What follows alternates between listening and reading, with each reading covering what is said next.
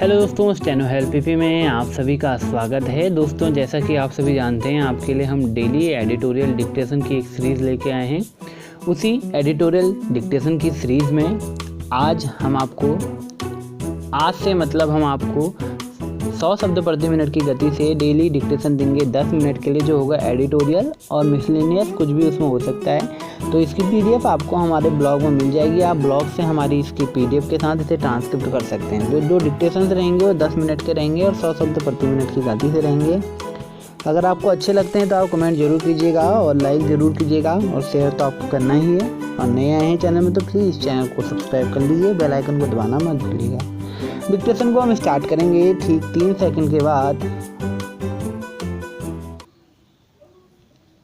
Ready, start.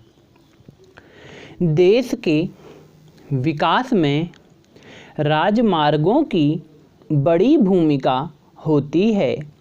उनके सहारे ही देश दौड़ता है। लेकिन अगर देश की रीढ़ जैसी ज़रूरी राजमार्गों पर भारतीयों को हर साल 48,000 करोड़ रुपए की रिश्वत अदा करनी पड़ती है, तो यह न केवल दुखद बल्कि शर्मनाक भी है। सड़क सुरक्षा की पैरोकारी करने वाले संगठन सेफ लाइफ फाउंडेशन द्वारा प्रकाशित एक रिपोर्ट के अनुसार राजमार्गों पर रिश्वत लेने में स्थानीय पुलिस भी आगे है। सर्वे रिपोर्ट के अनुसार 48 करोड़ रुपए की रिश्वत तो सिर्फ व्यावसायिक वाहनों को चुकानी पड़ती है। यदि इसमें राजमार्गों पर चलने वाले अन्य प्रकार के वाहनों को भी जोड़ दिया जाए तो राजमार्गों पर वसूली जा रही कुल रिश्वत की भयावहता का अंदाज़ा लगाया जा सकता है। कौन है ये रिश्वतखोर और कौन है जो इन रिश्वतखोरों को पाल रहे हैं? राष्ट्रीय विकास और ईमानदारी की बुनियाद में छेद करने वाले लोग कौन हैं? राजमार्गों पर देश की विकासशील संपन्नता पर डाका डालने वाले लोग कौन हैं? राजमार्गों की बड़ी कमजोरी की पोल खोलती यह रिपोर्ट बताती है कि विगत एक दशक में राजमार्गों पर चल रही रिश्वतखोरी के मामलों में 120% की बढ़ोतरी हुई है। यह एक आम धारणा रही है कि डिजिटल दौर में रिश्वतखोरी घटेगी, लेकिन सर्वे के सामने आई ज़मीनी हकीकत इसके विपरीत बयान कर रही है। एक अन्य धारणा यह भी है कि जगह जगह सीसीटीवी कैमरों के कारण भी रिश्वतखोरी घटेगी, लेकिन शायद यह भी नाकामी हाथ लगी है। डिजिटल और सीसीटीवी का कोई लाभ ना होना हमें ही नहीं, सरकार को भी सोचने पर विवश करे तो ही बात बनेगी। सरकार को अपने स्तर पर इस रिपोर्ट की ज़मीनी पड़ताल करनी चाहिए। रिपोर्ट में यह भी पाया गया है कि राजमार्गों पर कथित धार्मिक वजहों और चंदे के नाम पर ड्राइवरों से पैसे वसूलने वालों की भी कोई कमी नहीं है।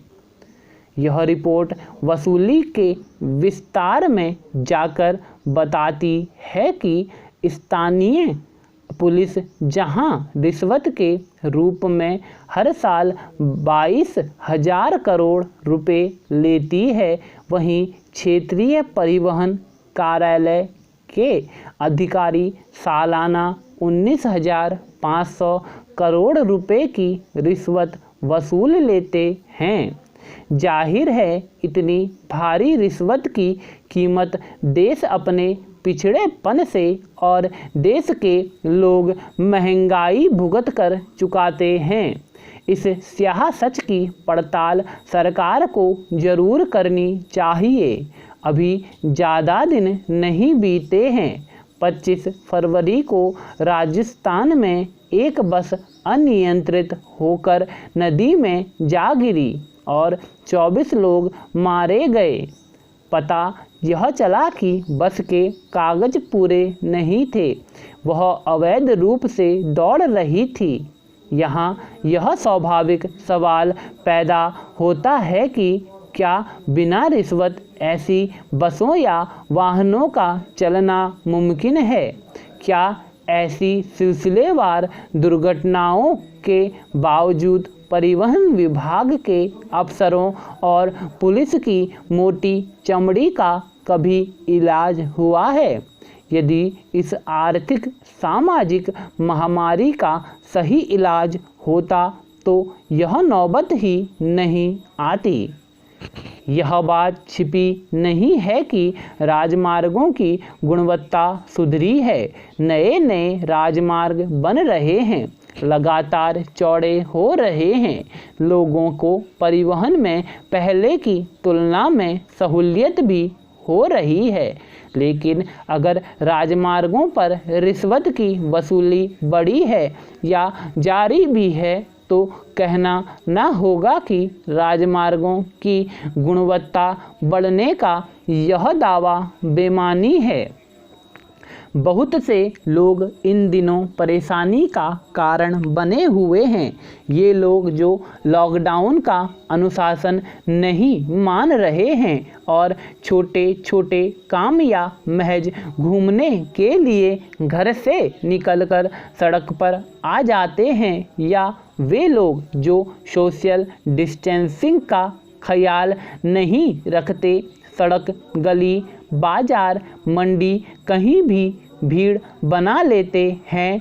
लॉकडाउन जब लागू हुआ था तब बहुत सारे विस्थापित मजदूर और दिहाड़ी पर काम करने वाले अपने अपने घर गांव जाने के लिए निकल पड़े।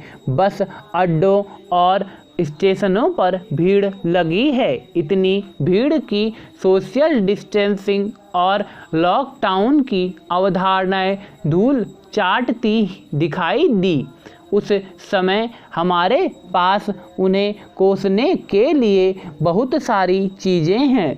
उनकी आर्थिक स्थिति से जुड़ी समस्या तो सभी स्वीकार कर रहे हैं, लेकिन आम सोच यही थी कि इनमें से ज़्यादातर लोग अशिक्षित हैं। जो शिक्षित हैं वे भी ज़्यादातर समझदार नहीं हैं, इसलिए इस तरह की नौबत आई है। कुछ टिप्पणियां ऐसी भी थी कि भारत के लोग नहीं सुधर सकते।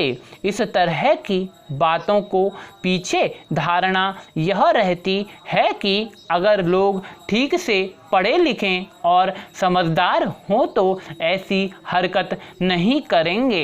यह भी मान लिया जाता है कि ऐसा सिर्फ भारत जैसे देश में ही हो सकता है। विकसित देशों में इसकी उम्मीद नहीं है। क्या वाकई ऐसा है? बाकी दुनिया में हालात क्या हैं? इसे जानना हो तो सबसे अच्छा उदाहरण अमेरिका है।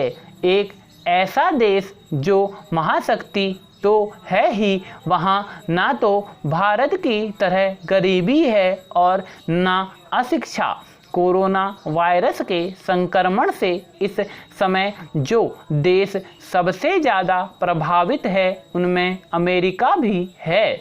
दिक्कत यह है कि वहाँ संक्रमण काफ़ी तेज़ी से फैल रहा है और कहा जा रहा है कि इसकी वजह से 1 लाख से ज़्यादा लोगों की जान जा सकती है। जब इतना बड़ा खतरा हो तो उम्मीद की जानी चाहिए कि लोग जिम्मेदारी भरा व्यवहार करेंगे। पिछले दिनों अमेरिका की चिकित्सा संस्था गुड RX के एक शोध प्रमुख थॉमस गोइट्स और उनके सहयोगी मैट मेहोबी ने एक सर्वेक्षण किया। उन्होंने 22 मार्च के बाद लॉकडाउन वाले राज्यों के करीब 1 लाख लोगों से बात की। उन्होंने पाया कि अमेरिका के 15% से ज़्यादा लोगों को यह पता ही नहीं था कि लॉकडाउन का जो आदेश दिया गया है यह उनके लिए ही है या उनके इसका पालन करना है। कुछ राज्यों में तो यह स्पष्ट नज़र आ रहा था कि लोग को घर पे ही रहना है या बाहर नहीं निकलना है। यह संदेश स्पष्ट रूप से दिया गया था।